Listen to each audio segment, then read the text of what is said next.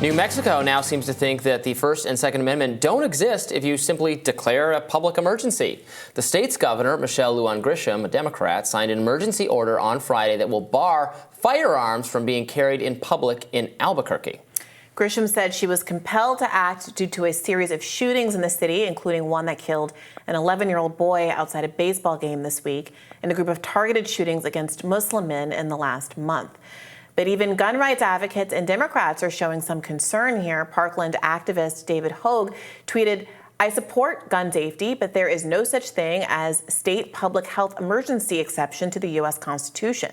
And Democrat Ted Lieu responded, "I support gun safety laws. However, this order from the governor of New Mexico violates the U.S. Constitution.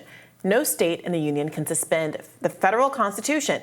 There is no such thing as a state public health emergency exception to the U.S. Constitution." I have to say, as someone who supports the Second Amendment, I'm very heartened to see those admissions from people who support policies that I don't support concede that even if you think the law should change, no governor just has the power to suspend a constitutional right, and this is, what a lot of people of an anti-authoritarian, freedom-loving bent were worried about with COVID emergencies, that this was going to become a regular and routine thing where government officials, sometimes not even elected ones, this is an elected one, but sometimes even at the more bureaucratic level, can just declare, oh, there's a public health emergency, and often gun control or the firearms is considered a public health problem by people who advocate on that issue.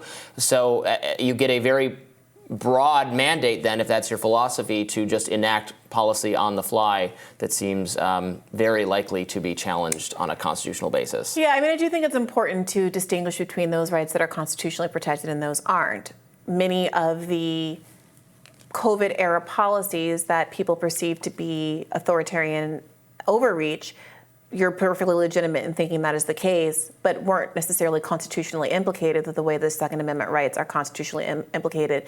And at least for a lot of these Democrats who are criticizing this policy, that is where the line is being drawn. And it does speak to the value of having a Bill of Rights, constitutionally protected, inalienable rights here. David Hogue, in particular, is perhaps the most famous activist for people who have been victims of gun violence. Right, a survivor of the Parkland shooting. Right, and I do think it represents a real turning point, and it reflects how out of step this New Mexico order is, that he would come out so forcefully against this in a way that had the potential to rankle a lot of his allies in this space, the leader in this space. Same with Ted Lieu. And I do wonder if having this kind of pushback is going to incline the New Mexico governor to take a step back. Yeah, in interviews, in her discussions about, honestly, she doesn't seem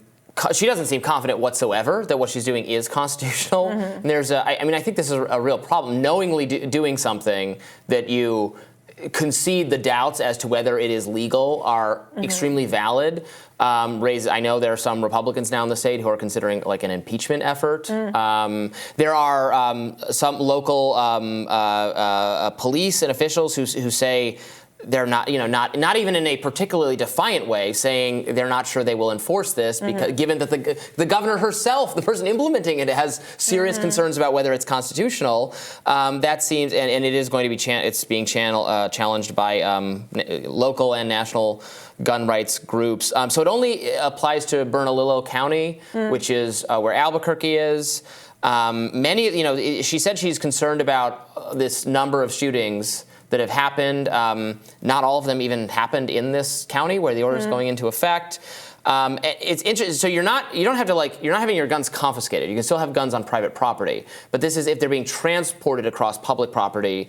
You can't do that, or you have to have them in like a locked container, or you have to have a locking mechanism on the weapon.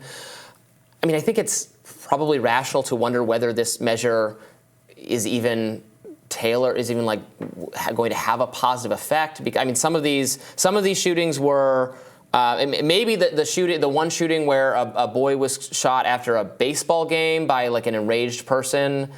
If that person's gun had been locked and they had maybe that, but some of these were like gang shootings where I don't they're not going to say, oh, I was I was planning to kill a rival gang member, but I'm not going to do that because now I'm required to transport my weapon across the street in a locked. That doesn't seem.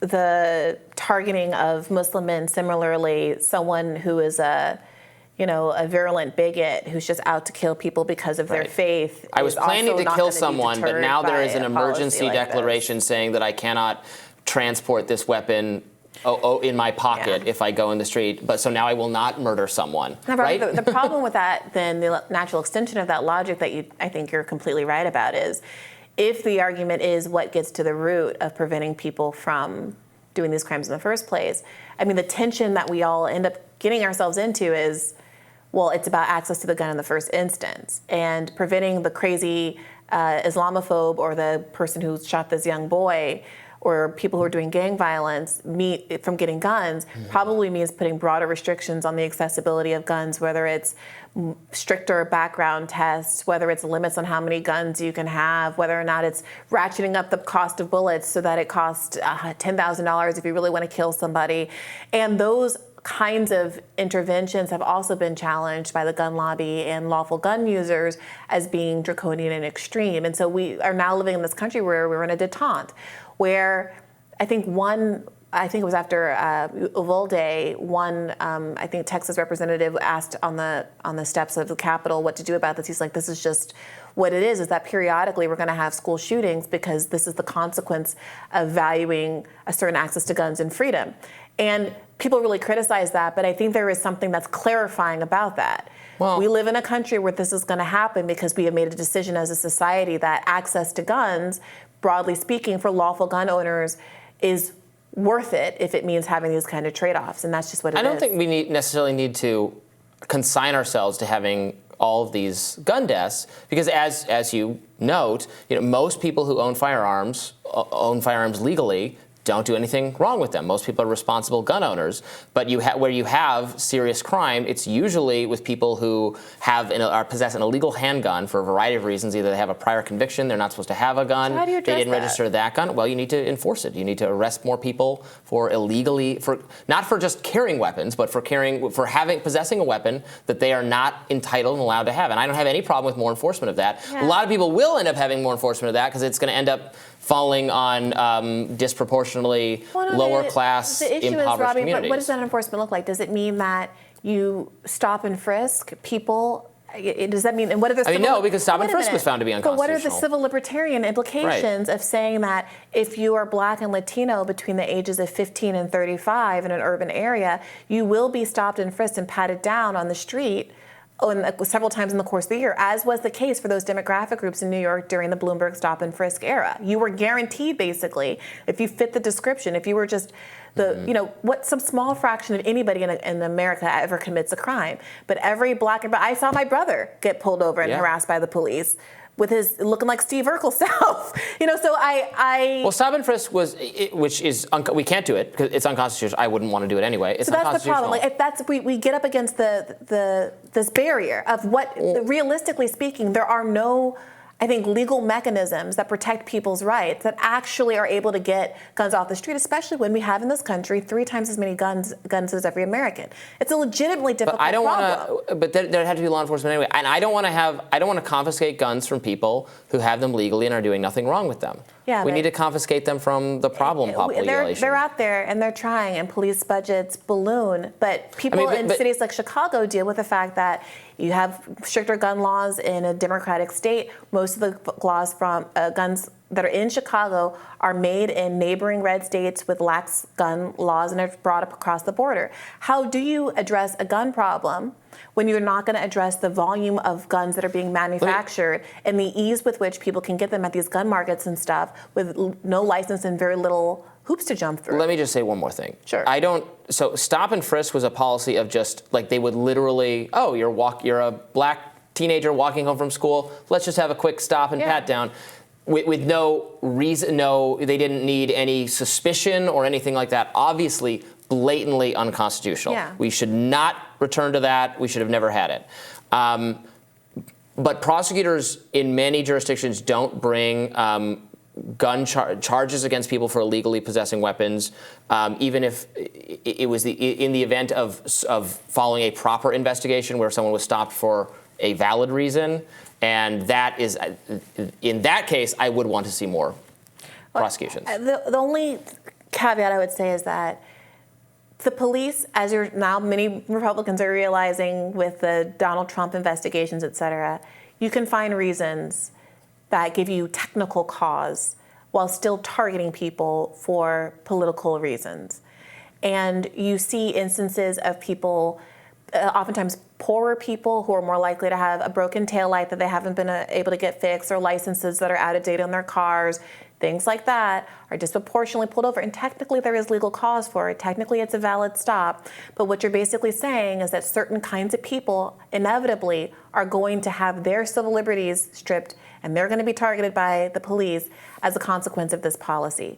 And again, this is the core issue. There's no way out of it. There's no way out of it. To live peacefully and to never have any bad things happen, you are either going to have to get at the root of the problem and say, well, maybe we don't want to live in a country where there's so many guns. Maybe we want to have more penalties for gun manufacturers. Maybe we want to stop this at the source. Or alternatively, you start to chip away at people's civil liberties. And that's what we're looking at in New Mexico. Right. I mean, people are going to have to decide which way they want it. So, but it seems even many Democrats or many people who support gun control otherwise recognize that this was a bold and very fraught step for the government to take. So we'll see what becomes of that declaration. We'll have more Rising right after this.